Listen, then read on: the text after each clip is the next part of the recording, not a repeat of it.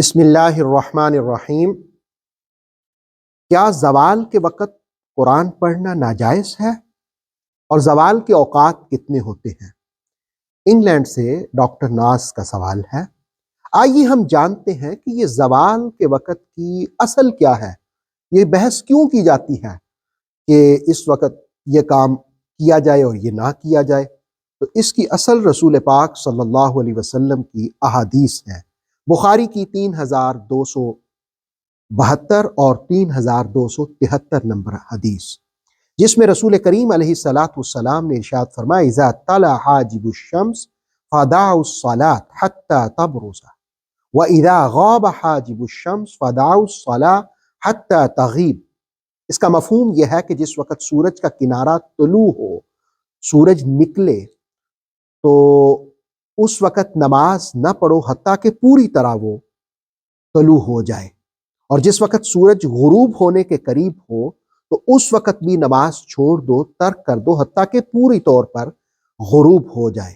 اور دوسری حدیث میں کہا کہ سورج طلوع اور غروب کے وقت تم نمازیں نہ پڑھو۔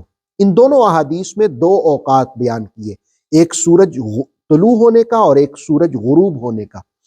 منع اس لیے کیا کہ کوئی شخص یہ نہ سمجھ لے کہ مسلمان سورج کو سجدہ کرتے ہیں، کہ بعض قومیں جو سورج کی پرستش کرتے ہیں نکلتے وقت، چڑھتے وقت، تو ان سے مشابہت نہ ہو۔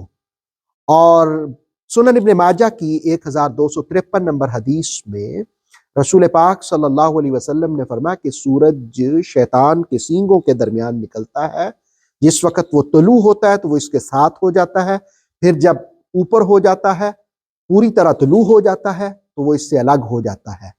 پھر جب سورج بالکل درمیان میں آتا ہے، سینٹر میں آتا ہے آسمان کے، تو اس وقت وہ ساتھ مل جاتا ہے، پھر جب وہ ڈھل جاتا ہے تو وہ اس سے الگ ہو جاتا ہے۔ اسی طرح غروب ہوتے وقت بھی وہ اس کے ساتھ مل جاتا ہے، جب غروب ہو جائے تو وہ الگ ہو جاتا ہے۔ پھر رسول کریم علیہ السلام نے فرمایا تم ان 3 اوقات میں نماز نہ پڑھو۔ گویا زوال کے 3 اوقات ہیں، ایک سورج نکلنے کا وقت، ایک سورج جب بالکل سینٹر میں آئے، اور ایک سورج غروب ہونے کا وقت۔ اب جو سورج طلوع ہونے کا اور غروب ہونے کا، یہ 2 اوقات تقریباً 15 سے 20 منٹ وقت ہوتا ہے، لیکن جب سورج بالکل سینٹر میں آتا ہے تو یہ مختلف اوقات میں کبھی کم کبھی زیادہ وقت ہوتا رہتا ہے۔ بہتر یہ ہے کہ محلے کی مسجد میں جو اوقات لگے ہیں دہوہ کبریٰ سے لے کر ظہر تک، وہ دیکھ لیے جائیں۔ تو یہ 3 اوقات ہیں زوال کے۔ اب باقی رہا قرآن مجید پڑھنا، تو فقہا نے لکھا کہ بلا کراہت قرآن مجید ان اوقات میں پڑھنا جائز ہے، منع نہیں ہے، ناجائز نہیں ہے، اس لیے کہ رسول کریم علیہ السلام نے نماز پڑھنے سے منع کیا، سجدہ کرنے سے منع کیا۔